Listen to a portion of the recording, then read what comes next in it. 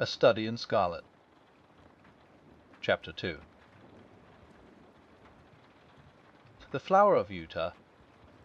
This is not the place to commemorate the trials and privations endured by the immigrant Mormons before they came to their final haven. From the shores of the Mississippi to the western slopes of the Rocky Mountains, they had struggled on with a constancy almost unparalleled in history. The savage man and the savage beast, hunger, thirst, fatigue, and disease, every impediment which nature could place in the way, had all been overcome with Anglo-Saxon tenacity. Yet the long journey and the accumulated terrors had shaken the hearts of the stoutest among them. There was not one who did not sink upon his knees in heartfelt prayer when they saw the broad valley of Utah bathed in the sunlight beneath them, and learned from the lips of their leader that this was the promised land, and that these virgin acres were to be theirs for evermore. Young speedily proved himself to be a skilful administrator as well as a resolute chief. Maps were drawn and charts prepared, in which the future city was sketched out. All around farms were apportioned and allotted in proportion to the standing of each individual. The tradesman was put to his trade, and the artisan to his calling. In the town streets and squares sprang up, as if by magic. In the country there was draining and hedging, planting and clearing, until the next summer saw the whole country golden with the wheat crop. Everything prospered in the strange settlement. Above all, the great temple which they had erected in the centre of the city grew ever taller and larger. From the first blush of dawn until the closing of the twilight, the clatter of the hammer and the rasp of the saw was never absent from the monument which the immigrants erected to him who had led them safe through many dangers. The two castaways, John Ferrier and the little girl who had shared his fortunes and had been adopted as his daughter, accompanied the Mormons to the end of their great pilgrimage. Little Lucy Ferrier was borne along pleasantly enough in Elder Stangerson's wagon, a retreat which she shared with the Mormon's 3 wives and with his son, a headstrong forward boy of 12. Having rallied, with the elasticity of childhood, from the shock caused by her mother's death, she soon became a pet with the women, and reconciled herself to this new life in her moving canvas-covered home. In the meantime, Ferrier, having recovered from his privations, distinguished himself as a useful guide and an indefatigable hunter. So rapidly did he gain the esteem of his new companions, that when they reached the end of their wanderings, it was unanimously agreed that he should be provided with as large and as fertile a tract of land as any of the settlers, with the exception of Young himself, and of Stangerson, Kemble, Johnston, and Drebber, who were the 4 principal elders. On the farm thus acquired, John Ferrier built himself a substantial log house, which received so many additions in succeeding years that it grew into a roomy villa. He was a man of a practical turn of mind, keen in his dealings and skilful with his hands. His iron constitution enabled him to work morning and evening at improving and tilling his lands. Hence it came about that his farm and all that belonged to him prospered exceedingly. In 3 years he was better off than his neighbours, in 6 he was well todo, in 9 he was rich, and in 12 there were not half a dozen men in the whole of Salt Lake City who could compare with him. From the great inland sea to the distant Wasatch Mountains, there was no name better known than that of John Ferrier. There was one way, and only one, in which he offended the susceptibilities of his coreligionists. No argument or persuasion could ever induce him to set up a female establishment after the manner of his companions. He never gave reasons for this persistent refusal, but contented himself by resolutely and inflexibly adhering to his determination. There were some who accused him of lukewarmness in his adopted religion, and others who put it down to greed of wealth and reluctance to incur expense. Others again spoke of some early love affair, and of a fair-haired girl who had pined away on the shores of the Atlantic. Whatever the reason, Ferrier remained strictly celibate. In every other respect he conformed to the religion of the young settlement, and gained the name of being an orthodox and straight-walking man. Lucy Ferrier grew up within the log-house, and assisted her adopted father in all his undertakings. The keen air of the mountains and the balsamic odour of the pine trees took the place of nurse and mother to the young girl. As year succeeded to year she grew taller and stronger, her cheek more ruddy, and her step more elastic.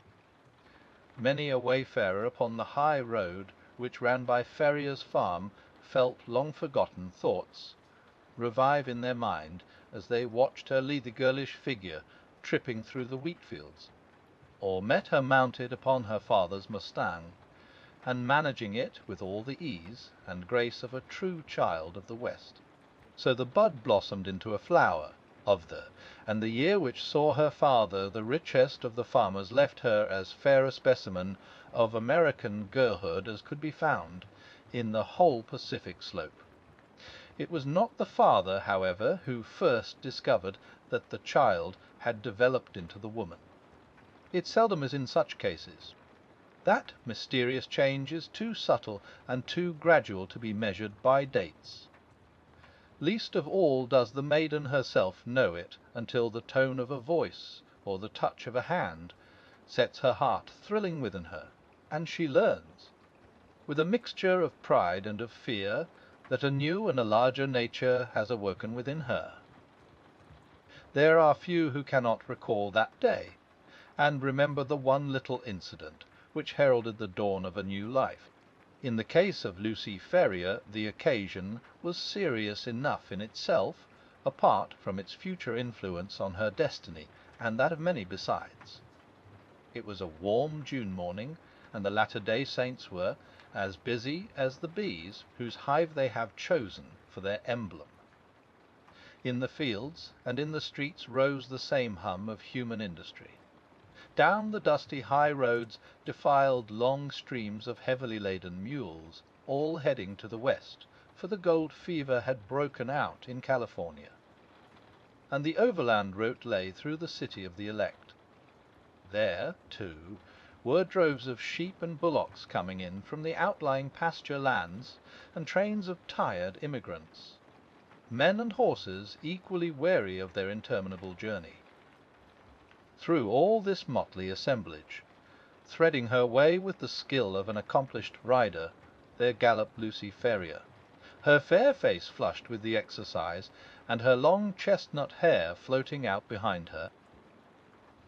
She had a commission from her father in the city, and was dashing in as she had done many a time before, with all the fearlessness of youth, thinking only of her task and how it was to be performed.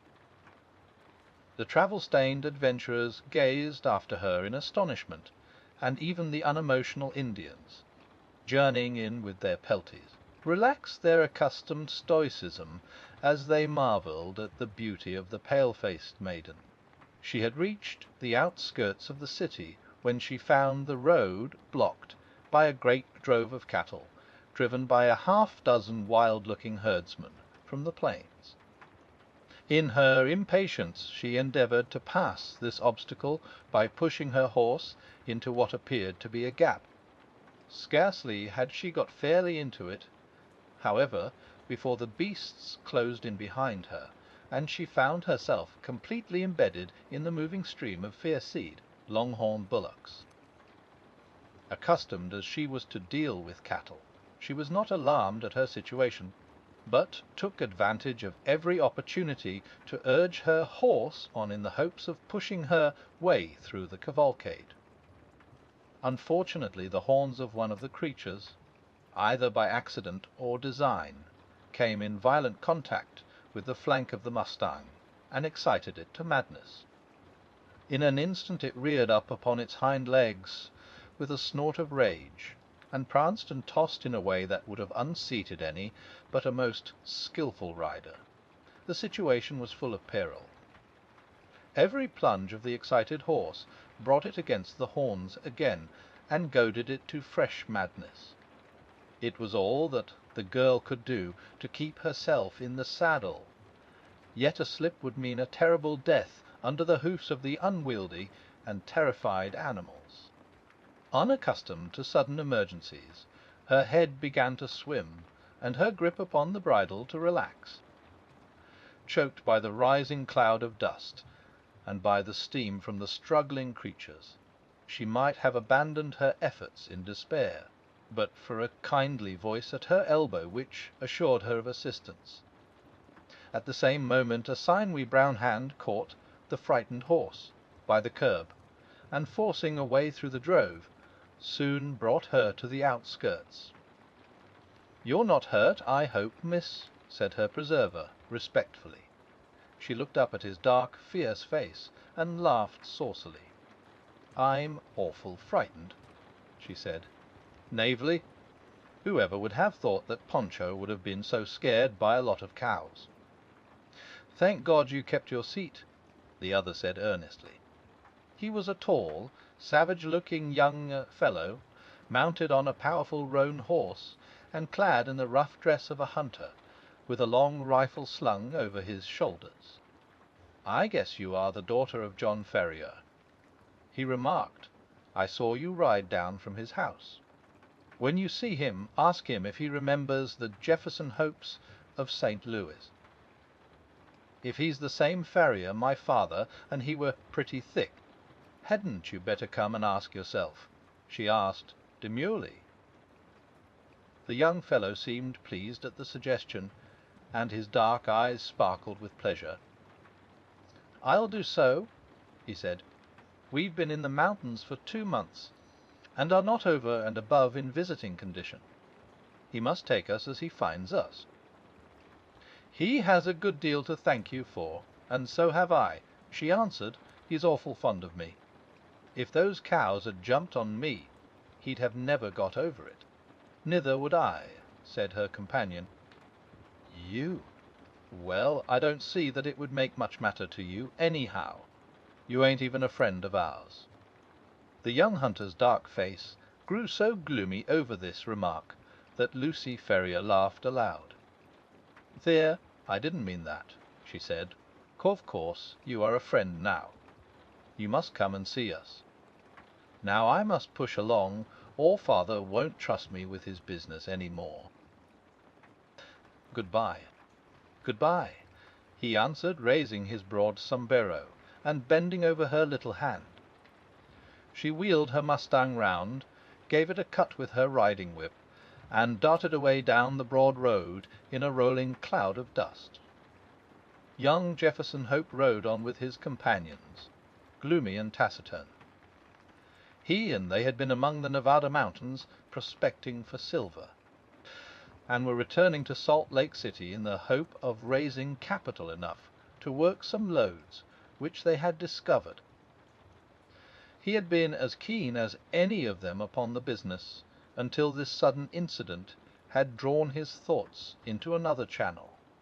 The sight of the fair young girl, as frank and wholesome as the Sierra breezes, had stirred his volcanic, untamed heart to its very depths.